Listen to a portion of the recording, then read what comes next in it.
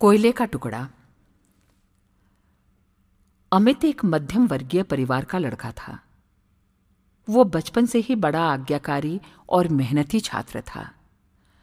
लेकिन जब से उसने कॉलेज में दाखिला लिया, उसका व्यवहार बदलने लगा था। अब न तो वो पहले की तरह मेहनत करता और न ही अपने माँ बाप की सुनता। यहां तक कि वो घर वालों से झूठ बोलकर पैसे भी लेने लगा। उसका बदला हुआ आचरण सभी के लिए चिंता का विषय था। जब इसकी वजह जानने की कोशिश की गई तो पता चला कि अमित बुरी संगति में पड़ गया है।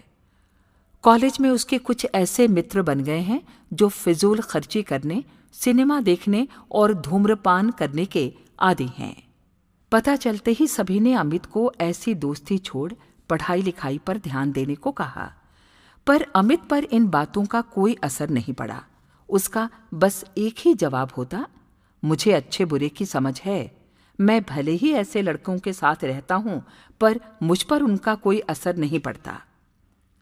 दिन ऐसे ही बीतते चले गए और धीरे धीरे परीक्षा के दिन निकट आ गए। अमित ने परीक्षा से ठीक पहले कुछ मेहनत की, पर वो पर्याप्त नहीं थी। वो एक विषय में फेल हो गया। हमेशा अच्छे नंबरों से पास होने वाले अमित के लिए ये किसी जोरदार झटके से कम नहीं था। वो बिल्कुल टूट गया। अब न तो वो घर से निकलता और न ही किसी से बात करता। बस दिन रात अपने कमरे में पड़े कुछ सोचता रहता। उसकी ये स्थिति देखकर परिवारजन और भी चिंता में पड़ गए। सभी ने उसे पिछला रिजल्ट भूलकर आगे से मेहनत करने की सलाह दी, पर अमित को तो मानो सांप सूंघ चुका था। फेल होने के दुख से वो उबर नहीं पा रहा था। जब यह बात अमित के पिछले स्कूल के प्रिंसिपल को पता चली तो उन्हें यकीन नहीं हुआ। अमित उनके प्रिय छात्रों में एक था और उसकी ये स्थिति जानकर उन्हें बहुत दुख हुआ। उन्होंने निश्चय किया कि वो अमित को इस स्थिति से जरूर निकालेंगे। इसी प्रयोजन से उन्होंने एक दिन अमित को अपने घर बुलाया। प्रिंसिपल साहब बाहर बैठे अंगीठी ताप रहे थे। अमित उनके बगल में बैठ गया। अमित बिल्कुल चुप था और प्रिंसिपल साहब कुछ नहीं बोल रहे थे। 10-15 मिनट ऐसे ही बीत गए जब किसी ने एक शब्द भी नहीं कहा। फिर अचानक प्रिंसिपल साहब उठे और चिमटे से कोयले के एक अधजले टुकड़े को निकालकर मिट्टी में डाल दिया। वो टुकड़ा कुछ देर तो गर्मी देता रहा, पर अंततः ठंडा पड़ बुझ गया। ये देखकर अमित कुछ उत्सुक हुआ और बोला, प्रिंसिपल साहब, आपने उस टुकड़े को मिट्टी में क्यों डाल दिया? ऐसे तो वो बेकार हो गया। अगर आप उसे अंगीठी में ही रहने देते तो अन्य टुकड़ों की तरह वो भी गर्मी देने के काम आता।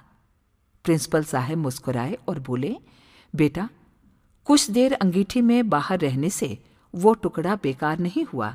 लो, मैं उसे दोबारा अंगीठी में डाल देता हूं।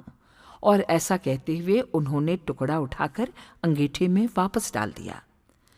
अंगीठी में जाते ही वो टुकड़ा वापस धधक कर जलने लगा और फिर से गर्मी प्रदान करने लगा। कुछ समझे अमित?